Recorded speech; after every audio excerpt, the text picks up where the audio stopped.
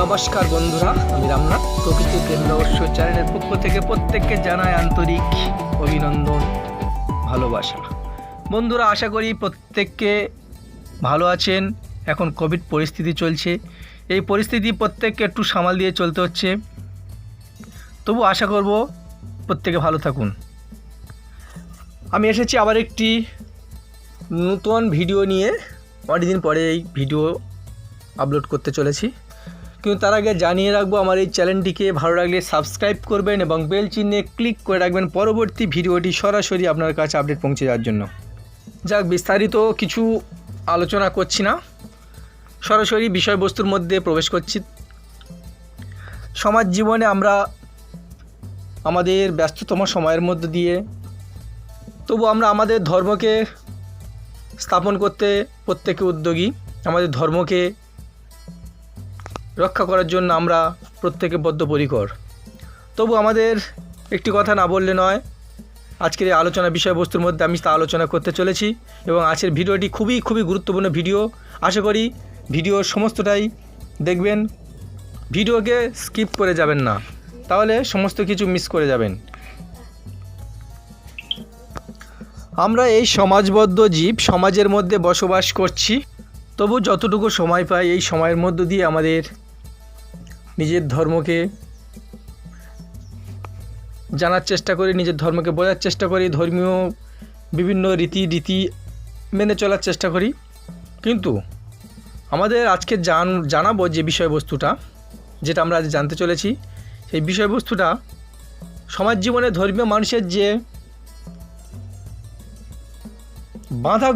ধর্মের যে বাধাগ্রস্ত কয়েকটা প্রশ্ন আমি এখানে সরাসরি আলোচনা করব। সেই প্রশ্নগুলি একটু বলে দিই।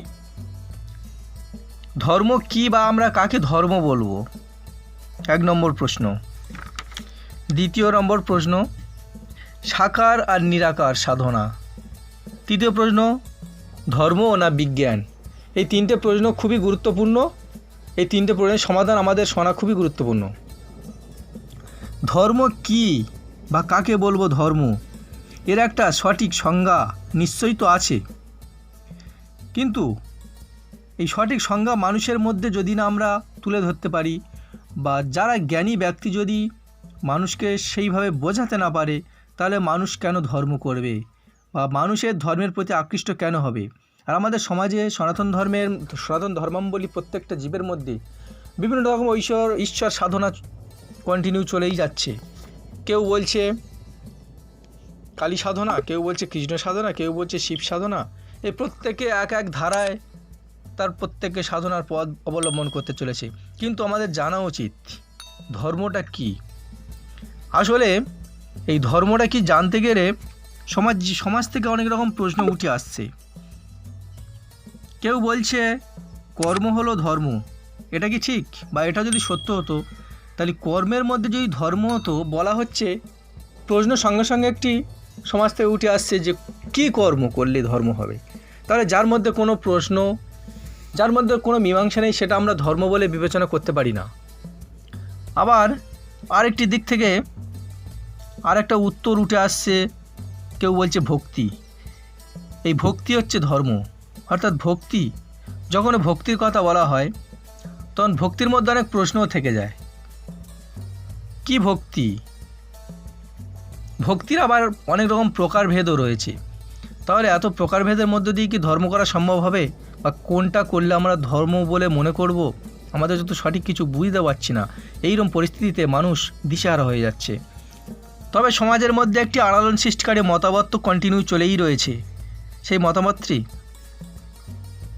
ধর্মের সঙ্গে একটা অন্তর্দ্বন্দ্বের সৃষ্টি হচ্ছে মানুষের। কী সেই মতামত? আমিষ নিরামিষ নিয়ে আমাদের ধর্মের মধ্যে বিজ্ঞান ও ধর্মের একটা বিতর্ক সৃষ্টি হয়েই চলেছে, যার কোনো সমাধান নেই। তাহলে এই অমীমাংসিত সংজ্ঞাকে আমরা ধর্ম বলবো? তাহলে ধর্মটা কি? আবার কিছু সাধু সমাজের মধ্যে আমরা দেখতে পাচ্ছি, তাদের কাছে প্রশ্ন করলে বোঝা যায় ধর্মের সম্পর্কে বা ধর্মটা কি। তারা বলছে নামে রুচি, জীবে দয়া, বৈষ্ণব সেবন, ইয়া ছাড়া ধর্ম নেই সনাতন। অর্থাৎ এই 3টেই হচ্ছে ধর্ম। তাহলে মানুষের কি নামে রুচি হবে, আর কোন জীবকে তাদের দয়া করতে হবে আর কাদের সেবা করাতে হবে, এটাই এর ব্যাখ্যা তাদের কাছে আবার খুলে পরিষ্কার করে না বললে তাহলে ধর্মের একটা যেন কোনো অন্তরালে একটা কিছু লুকানোর চেষ্টা হচ্ছে। তাহলে আমরা ধর্মকে সরাসরি কিভাবে জানবো বা ধর্ম কিভাবে বুঝবো, এই মতবাদ কন্টিনিউ আমাদের সমাজের মধ্যে চলতেই থাকছে। এদিকে আমরা লক্ষ লক্ষ টাকা ব্যয় করে পূজা অর্চনাদি সংকীর্তন আয়োজন করে কি ফল বা পাচ্ছি, সেখানে তো ধর্মের কোনো আলোচনাই হয় না, শুধু ধর্ম ধর্ম ধর্ম ধর্ম। কী সেই ধর্ম? ধর্ম কাকে বলবো? ওখানে শুধু কিছু কিছু উদাহরণ, কিছু কিছু আলোচনা, কিছু কিছু মানুষের বৈশিষ্ট্য, কিছু কিছু চরিত্র দিক নিয়ে আলোচনা করা হচ্ছে। ধর্মটাই কী হচ্ছে? তাই আজকের আমি একটি নতুন ভিডিও এসেছি, সেই ভিডিওর মধ্যে দিয়ে আজকে এটা আলোচনা করতে চলেছি। শাস্ত্রাদি পাঠ পঠন পণ্ডিতের বৈভব দেখিয়েও ধর্ম করা যায় না। জ্ঞানী ব্যক্তিদিগের আমার কাছে কাতর প্রার্থনা, সনাতনী হিন্দু ধর্মাবলী প্রতিটি জীবের মধ্যে তাদের ব্যক্তিগত আবিষ্কৃত ধর্মমত না চাপিয়ে ভগবানের মুখনিসৃত শ্রীমদ্ভাগবত গীতায় যে উল্লেখিত শ্লোকে সঠিক ব্যাখ্যায় সমগ্র জাতির মধ্যে অমৃতের মতন যদি পান করানো যায়, তাহলে জাতির উন্নতি ও মানুষের চারিত্রিক পরিবর্তন অবশ্যই ঘটবে। এবার আমি ধর্ম কি বা সংজ্ঞা শ্রীমদ্ভাগবত গীতায় পরিষ্কার উল্লেখ করেছেন ধর্মের কথা, অর্থাৎ সেখানে বলা হয়েছে যা কিছু সৎ আর যা কিছু সত্য তা হবে ধর্ম। তাই সঠিক উত্তর অল্প কথার মধ্যে দিয়ে আমরা পেয়ে গেলাম। তাহলে আমাদের এত কিছু আলোচনার কোনো দরকারও ছিল না। আমাদের চারিত্রিক কিছু পরিবর্তন, সেটা আমাদের এই ধর্মের মধ্যে বলা হয়েছে। এখানে ধর্মের একটা ছোট সংজ্ঞা আমরা পরিষ্কারভাবে বুঝতে পারি। আমাদের এত বিস্তারভাবে এত পণ্ডিতের কাছে বা এত সংকীর্তন মহাযজ্ঞ আয়োজন করে সেখানে ধর্মের কথা কি বোঝা যাবে? তবু এটুকুর মধ্যে দিয়ে গীতায় পরিষ্কার বলে গেছে যে যা কিছু সত্য আর যা কিছু সৎ তাহা হবে ধর্ম। তাহলে আমাদের এই দুটো নীতি সর্বদাই মেনে চলতে হবে, তবে আমাদের কাছে ধর্ম পরিষ্কার হবে। এবার আসি দ্বিতীয় প্রশ্ন, সাকার ও নিরাকার এই দুটো সাধনা সমাজের মধ্যে একটা অন্তর্দ্বন্দ্বের সৃষ্টি করছে। কেউ বলছে সাকার, কেউ বলছে নিরাকার। সাকারে অর্থাৎ স্বমূর্তি, অর্থাৎ মূর্তি, সামনে কোনো মূর্তি রেখে তার পূজা করা, এটা নাকি আমাদের একটা ধর্ম হয়ে দাঁড়িয়েছে। আবার কেউ বলছে নিরাকার সাধনা, এটাও ধর্ম হয়ে দাঁড়িয়েছে। তাহলে আমরা এই দুটো সাধন পথের মধ্যে কোনটা অবলম্বন করব? আমাদের সনাতন ধর্মাবলী মানুষের মধ্যে এই দুটো দিক নিয়ে অন্যান্য ধর্মাবলী মানুষরা বিভিন্ন রকম ব্যঙ্গ বিদ্রুপ করছে। ওরা বলছে বেদে তো উল্লেখ করা রয়েছে ঈশ্বর নিরাকার, তাহলে তোমরা কেন ঈশ্বরের মূর্তি স্থাপন করে সেখানে পূজা পাঠ করো? এটা তো আমাদের বেদ বহির্ভূত কার্য। কিন্তু এর সঠিক উত্তর বা সঠিক ব্যাখ্যা যদি মানুষকে বোঝানো যায়, মানুষকে বলা যায়, তাহলে এই সমাধানটা নিশ্চয়ই হতে বাধ্য থাকবে সমাজের মধ্যে। ইতিহাস থেকে জানা যায় সনাতন হিন্দু ধর্মের ধর্মগ্রন্থ হলো বেদ। আমরা জানি বিভিন্ন উপনিষদ ও বেদ সেখানে উল্লেখিত আছে ঈশ্বর নিরাকার, কিন্তু বেদে কোথাও বলা নেই যে সাকারে সাধন নিষিদ্ধ। এখানে একটা কথা না বলিলে নয় যে আমাদের দোষ একটাই যে আমরা শাস্ত্র নিজেরাই তৈরি করি নিজেদের ইচ্ছা মতন। যেমন মূল উপনিষদ এই পর্যন্ত আমরা পেয়েছি মাত্র 11টা। বর্তমানে এখনও পর্যন্ত বিভিন্ন শাস্ত্রকারেরা উপনিষদ তৈরি করেই চলেছে, কিন্তু এখন বর্তমানে সেটা কত নম্বরে দাঁড়িয়েছেন জানেন? 200-র উপরে। এবার বুঝতে পারছেন তো নিজেদের ধর্মকে আজ কোন জায়গা আমরা দাঁড় করিয়েছি। এর জন্য অপর কোনো ব্যক্তি বা অপর কোনো জাতিকে দোষারোপ করা আমাদের একটা প্রথা হয়ে দাঁড়িয়েছে। একটি কথা উল্লেখ না করিলে নয়, যেটা মুঘল যুগের ইতিহাস যদি আমরা ঘাঁটি বা দেখি, একটা বিশেষ অধ্যায় সেখানে একটি নতুন ধর্মের কথা বলা হয়েছে, মানে নতুন ধর্ম সৃষ্টি করা হয়েছে। কিভাবে? সমস্ত বর্ণের মানুষ, সমস্ত ধর্মের মানুষ সেখানে একত্রিত করে ওদের একটা ধর্ম তৈরি করা হয়েছে আলাদা। আবার এদের নাকি আলাদা একটা উপনিষদও তৈরি হয়েছে। তাহলে বুঝতে পারছেন আমাদের তেমনভাবে আমাদের এই উত্তরসূরিদের আবার নতুন ধর্ম ও তার উপনিষদের যে আবিষ্কৃত হতে চলবে না তার কোনো গ্যারান্টি তো নেই, কিন্তু আমাদের তার অপেক্ষা করতে হবে। তার প্রহরও গুনতে আমরা চলেছি। আবার নতুন কোনো ধর্ম আমাদের এই হিন্দু সনাতনী ধর্মের মধ্যে আবির্ভূত হয়ে তো চলেছে। এবার যদি আমি সরাসরি প্রশ্নের কথা বলি, এই সনাতন হিন্দু ধর্ম হলো পৃথিবীর একটা শ্রেষ্ঠ ধর্ম, কিন্তু এই ধর্মের মধ্য দিয়ে একটা অন্তঃস্রোত বয়েই চলেছে। সেই চলা স্রোতটা শুধু প্রশ্নেরই। আগামী প্রজন্মের জন্য যা খুবই ভয়াবহ এবং ভয়ঙ্কর রূপ ধারণ হতে চলেছে। কারণ যদি কেউ কোনো প্রজন্মের মানুষ যদি তার পূর্বসূরির সঠিক প্রমাণ বা উত্তর না পেয়ে থাকে, তাহলে তাদের পরিস্থিতিটা কোন জায়গায় দাঁড়াতে চলেছে সেটা তো আমরা নিশ্চয় উপলব্ধি করতে চলেছি। তার জন্য দায়ী ধর্মীয় জ্ঞানী ব্যক্তি। এর ব্যাখ্যা এখানে করে আলোচ্য বিষয়টি আমি দীর্ঘায়িত করতে চাই না। তবু সরাসরি প্রশ্নের মধ্যে আসছি আমি। সাকার ও নিরাকার। সাকার অর্থাৎ স্ব প্লাস আকার, যেটা সন্ধি বিচ্ছেদ করলে বলা যায়, যার আকার আছে। নিরাকার নি যুক্ত আকার, অর্থাৎ যার আকার নেই। পরিষ্কার করে বললে বোঝায় যে সাকার হলো স্থূল দেহ আর নিরাকার হলো সূক্ষ্ম। অর্থাৎ সাকার হলো স্থূল দেহ আর নিরাকার হলো সূক্ষ্ম বা পরমাত্মা। আমাদের উদ্দেশ্য হলো এই পরমাত্মাকে অর্থাৎ পরম ব্রহ্মকে লাভ করা বা জানা। এখানে একটি উদাহরণস্বরূপ না বলিলে নয়, যেটা বলা খুবই বাধ্যতামূলক। মানুষকে বোঝানোর জন্য এটা বলা খুবই শোভনীয়। যেমন আগুনকে যদি আমি নিরাকার ভাবি, তাহলে আগুন অর্থাৎ সাকার ব্যতীত অর্থাৎ বাতি বা কোনো আগুনের যে দাহ্য পদার্থ ব্যতীত এই আগুনকে ধরে রাখা সম্ভব নয়। এর জন্য এই যে একটা বাতি, এই বাতির মধ্যে আগুনের গুণ আছে তাই আগুন জ্বলছে। তেমনি আমাদের এই সাকার অর্থাৎ দেহের আছে বলে আজ আমরা নিরাকার বা ঈশ্বরের সাধনা করতে পারছি। অর্থাৎ সাকার নিরাকার একে অপরের পরিপূরক। সাকার ব্যতীত নিরাকারের সাধনা অসম্ভব। একটি মোমবাতি ছাড়া আগুনকে ধরে রাখা যেমন সম্ভব নয়, তেমনি এই শরীরকে ছাড়া অর্থাৎ এই দেহকে ছাড়া আত্মা বা পরমাত্মাকে লাভ করা তেমনি সম্ভব নয়।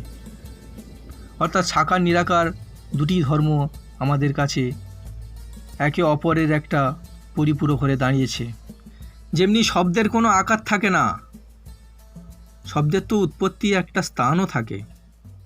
অর্থাৎ যেখান থেকে শব্দের উৎপত্তি হয়, অর্থাৎ এই শব্দটি যে বস্তু থেকে আগত সেই বস্তুটা হচ্ছে স্থূল, অর্থাৎ সেটাই সাকার।